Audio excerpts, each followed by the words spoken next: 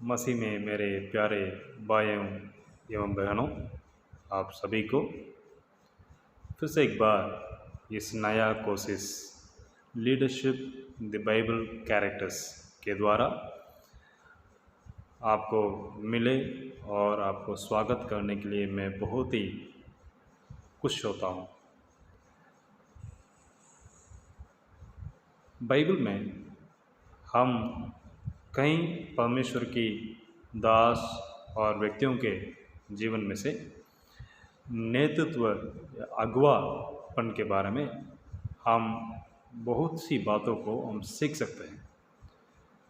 वैसे परमेश्वर के द्वारा सृष्टि किया हुआ पहला आदमी था, मनुष्य था, आदम। क्या हम उनके जीवन में से नेतृत्व के बारे में या अगुवापन के बारे में हम सीख सकते हैं क्या? वही बातों को आज हम सभी मिल कर के हम सीखने के लिए जा रहे हैं। इस सब्जेक्ट में हम जाने से पहले, इस विषय पर हम जाने से पहले मैं आपके सामने कुछ 4 प्रश्नों को मैं रखने के लिए जा रहा हूँ। ये चारों प्रश्न बहुत ही आसान हैं और हम सभी जानते हैं ऑलरेडी उसका जवाब भी। अगर हम नहीं जानते हैं तो मैं आगे बताऊंगा। ओके, तो मैं आशा रखता हूँ कि हम सभी इस चारों प्रश्नों का उत्तर जानते हैं।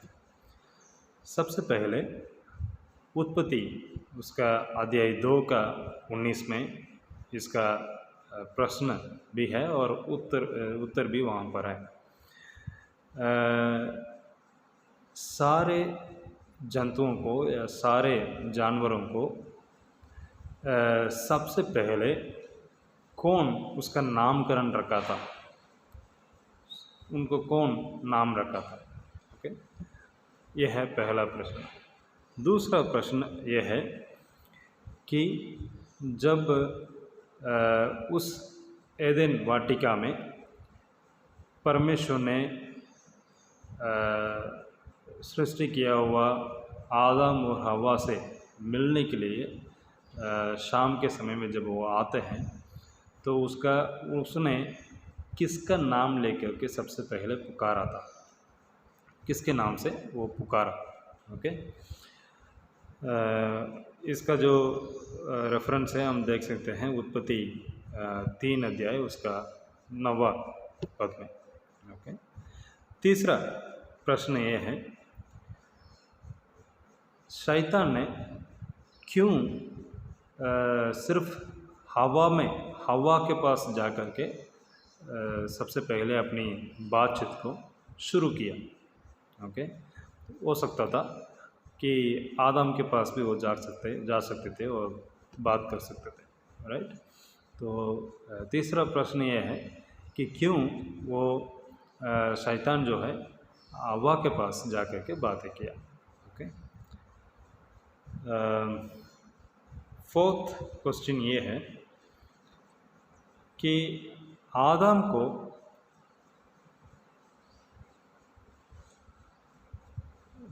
परमेश्वर ने दिया हुआ काम क्या था? ओके, आदम को परमेश्वर ने सबसे पहले उसको दिया हुआ काम क्या था?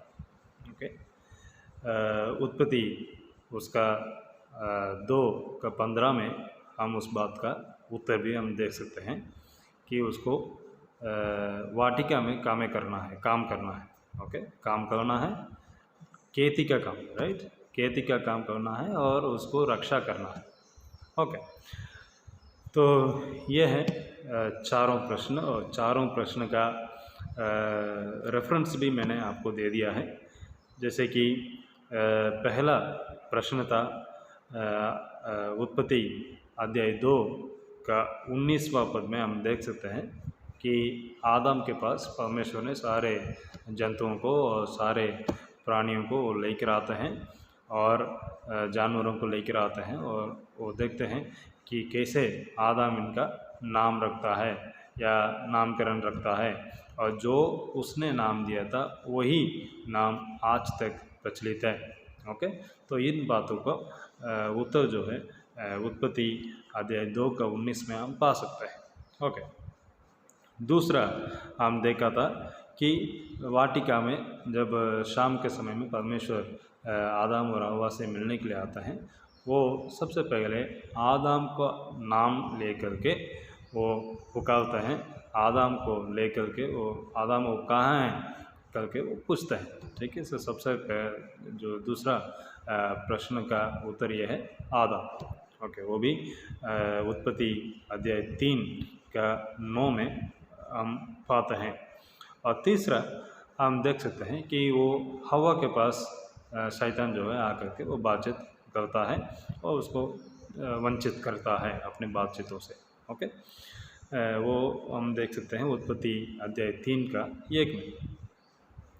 और फोर्थ क्वेश्चन हम लोग देखे थे कि परमेश्वर ने आदम को खेती करने का और खेती को रक्षा करने का, उस वाटिका को रक्षा करने का वो काम परमेश्वर ने दिया था। और इन बात का हम देख सकते हैं कि उत्पत्ति अध्याय 2 उसका 15 में। ओके, अब हम लोग एक वचन को हम लोग पढ़ेंगे, उत्पत्ति अध्याय 1 उसका 26 से 28 में। ओके, इसमें हम लोग पूरा पद को तो हम लोग नहीं पढ़ेंगे, लेकिन 26 का लास्ट लाइन में इस प्रकार से लिखा है, सब रेंगने वाले जंतुओं पर। ओके, उसके पहले भी आप लोग पढ़ के देख लीजिएगा। सब जंतुओं पर जो पृथ्वी पर रहते हैं, रेंगते हैं, अधिकार रखो। ओके, किस पर अधिकार रखना है? सारे जंतुओं को ऊपर, समुद्र की मछलियों पर, है ना, आकाश के पक्षियों पर, सभी के ऊपर अधिकार रखो करके किसको बोल रहे हैं? आदम, मनुष्य को। ओके, 28वें पद में भी हम उसी बातों को हम देख सकते हैं कि सब जंतुओं पर अधिकार रखो।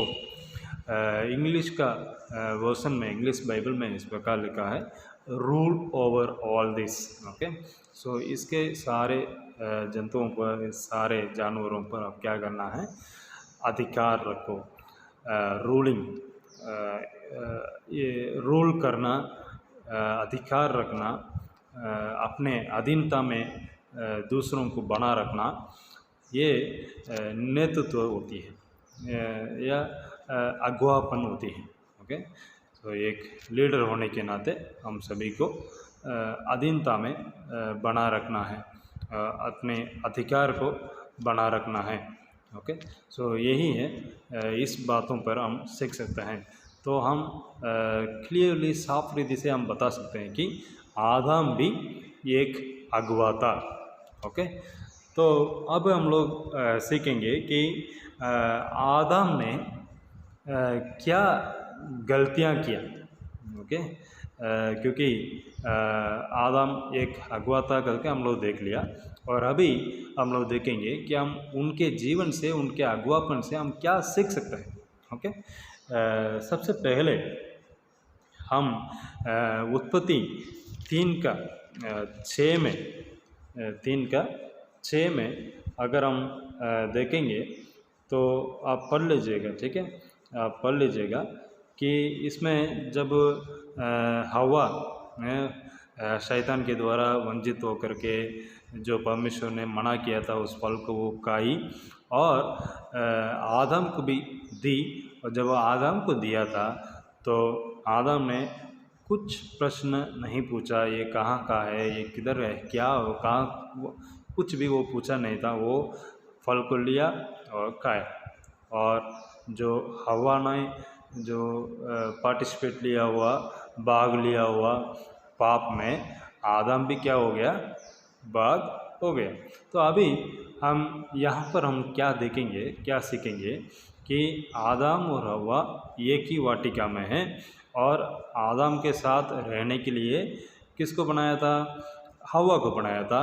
और अब यहाँ पर क्या हो रहा है, हवा और शैतान के साथ बहुत बड़ा एक वार्तालाप हो रहा है तीसरा अध्याय में।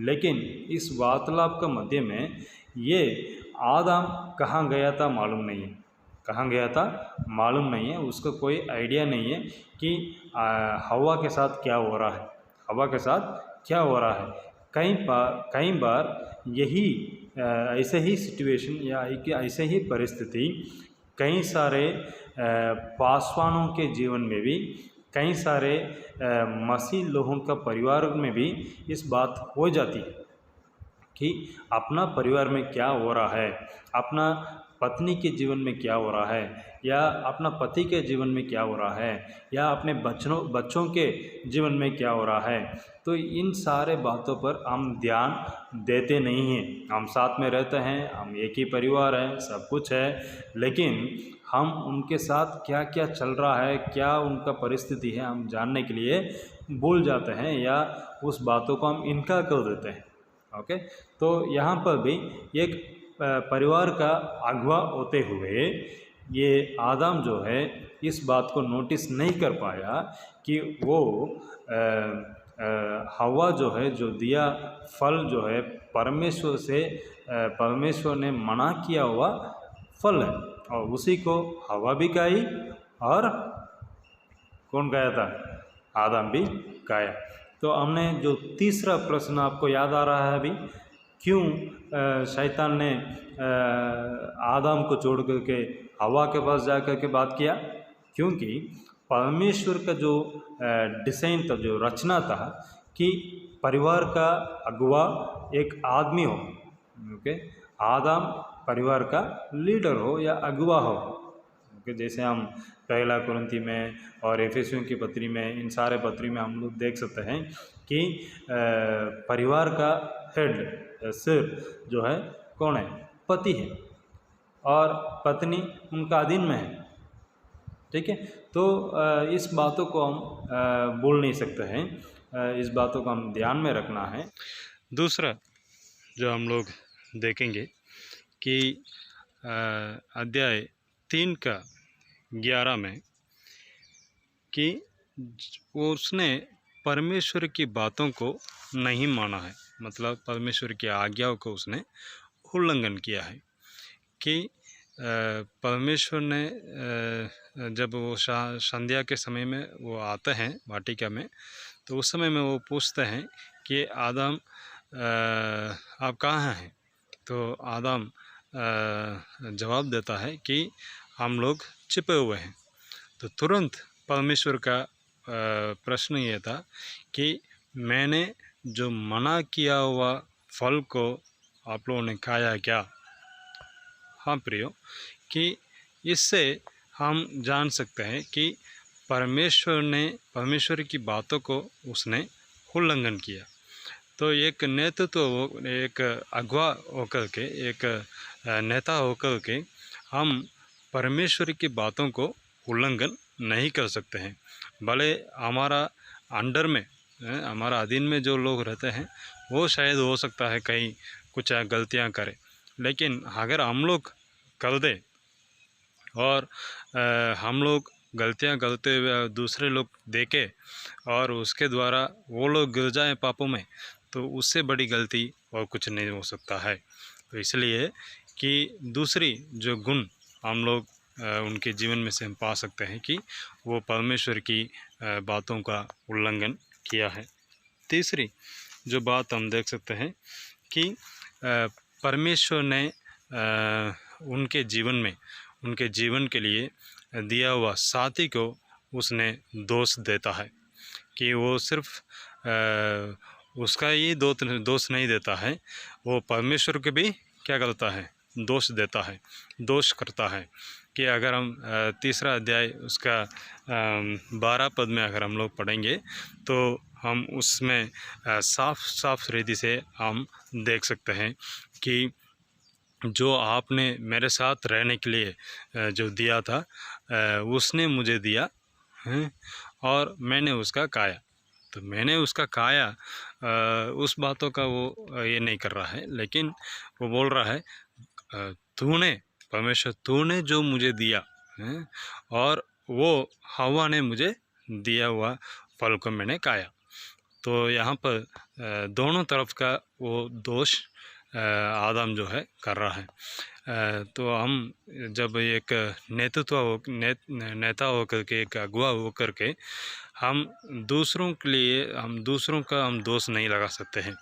अगर हमारा एक जिम्मेदारी है किसी एक झुंड को हम अगवा करना, तो हम सारे दोष को, उनके अगर दोष को भी, उनकी अगर हम गलती, दूसरों की गलतियों को भी अपने ऊपर लेकर के चलना, वही है एक सच्चा अगवा।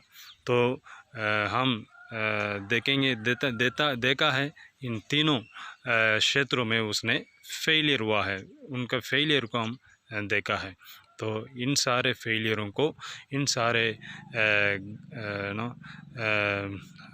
ना होने वाला गुण को हमारा जीवन में है या नहीं है, हम परख करके देखें, और परमेश्वर हम सभी को आशीष दे।